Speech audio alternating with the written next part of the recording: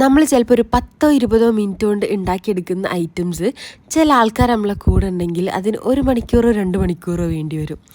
അങ്ങനെ ഞാൻ 1 മണിക്കൂറെടുത്ത് ഉണ്ടാക്കിയിട്ടുള്ള ഒരു റെസിപ്പിയാണ് കേട്ടോ ഞാനിന്ന് ഷെയർ ചെയ്യുന്നത്.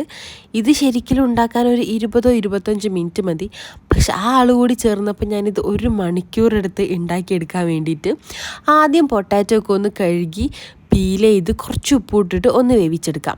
ഒരു 2-3 വിസിൽ അത്രയും മതി. എന്നിട്ട് ഇതൊന്ന് നല്ല ചൂടോടെ തന്നെ നല്ലപോലെ മാഷ് ചെയ്തെടുക്കാം. പിന്നെ ചിക്കൻ ക്യൂബ് അത് നിങ്ങൾക്ക് ആവശ്യമുണ്ടെങ്കിൽ മാത്രം ചേർത്ത് കൊടുക്കുക കേട്ടോ. ചേർത്താൽ നല്ലൊരു ഫ്ലേവർ കിട്ടും. പിന്നെ കുറച്ച് മുളക് പൊടി, ഗരം മസാല ഇട്ട് കൊടുക്കുക. പിന്നെ ഗാർലിക് പൗഡർ, ഒനിയൻ പൗഡർ ഒക്കെ ഓപ്ഷനിലാണ്, വേണമെങ്കിൽ ഇട്ട് കൊടുക്കാം നിങ്ങളുടെ കയ്യിൽ ഉണ്ടെങ്കിൽ. എന്നിട്ട് പിന്നെ കുറച്ച് കോൺഫ്ലവർ ചേർത്ത് കൊടുക്കാം. ഇത് നമുക്ക് ഉരുട്ടിയെടുക്കണം ബോൾസ് ആക്കിയിട്ട്. അതിന് പാകത്തിന് കോൺഫ്ലവർ ചേർത്ത് കൊടുക്കാം. വേണമെങ്കിൽ കോൺഫ്ലവറും അരിപ്പൊടിയും മിക്സ് ആക്കിയിട്ട് അങ്ങനെയും ചേർത്ത് കൊടുക്കാം. പിന്നെ നുള്ളിൽ ബേക്കിംഗ് സോഡയും കൂടി ചേർത്ത് വേണമെങ്കിൽ ആവശ്യത്തിന് ഉപ്പും ചേർത്ത് കൊടുക്കുക. കാരണം ഉരുളക്കിഴങ്ങ് വേവിക്കുമ്പോൾ ഓൾറെഡി ഉപ്പിട്ടതാണല്ലോ. പിന്നെ കുറച്ച് ആർഭാടത്തിന് കുറച്ച് മല്ലിയിലയും കൂടി ഇട്ടിട്ട് ഇതേപോലെ കുഞ്ഞു കുഞ്ഞു ബോൾസ് ആക്കിയിട്ട് നല്ല ചൂട് എണ്ണയിലിട്ടിട്ട് ഫ്രൈ ആക്കി എടുക്കാം.